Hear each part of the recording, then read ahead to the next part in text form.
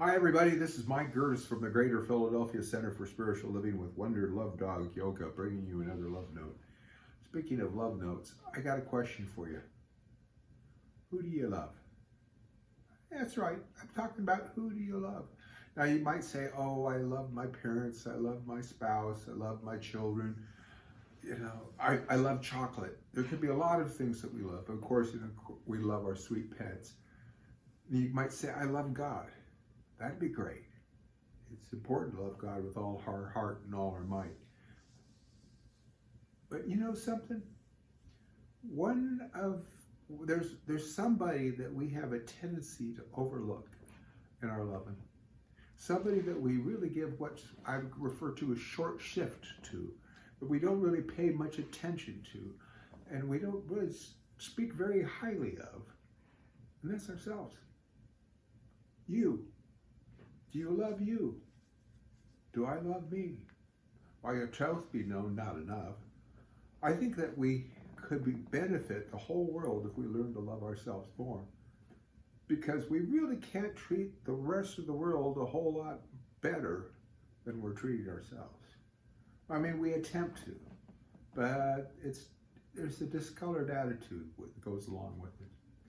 Because if you're grumpy, even if you're doing something good, it's going to come out kind of grumpy, if you know what I'm saying. People would rather deal with somebody that's happy, somebody that's loving, somebody that likes themselves, rather than somebody that's not. Don't you agree? So, what's it going to take for you to love you?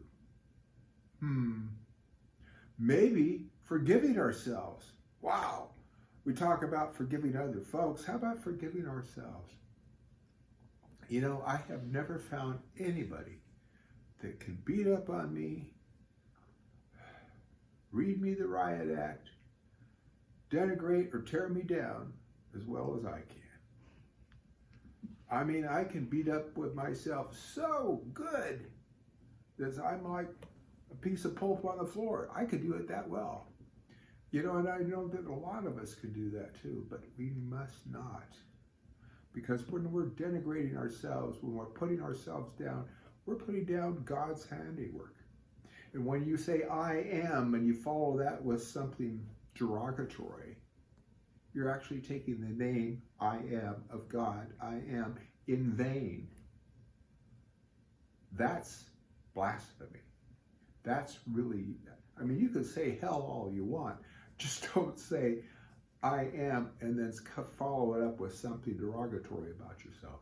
It's not talking about yourself, it's talking about God expressing by means of you. So let's forgive ourselves. And let's learn to love and accept ourselves.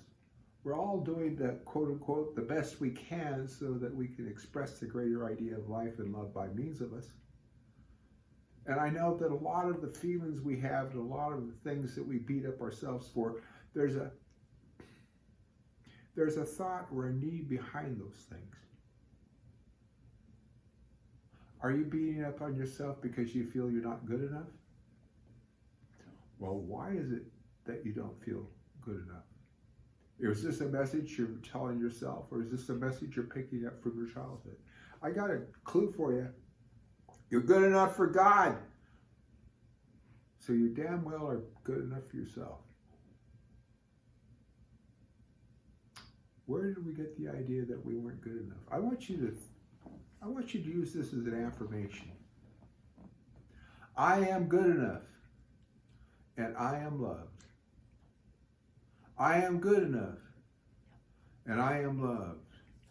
Now, I challenge you to say that 50 times today, and 50 times tomorrow, and 50 times the next day, and find that you're not feeling a whole lot better about yourself, and feeling a whole lot more connected, and a whole lot, much more in love with yourself and with the whole world. Let's love everybody, but it's got to really start with loving ourselves first. So that's all for tonight. Miss Yoga has decided to call it quits for this evening. She does that quite a bit these days. And know I love you. Dr. Maxine sends her love, and we will be talking with you again real soon. Bye-bye.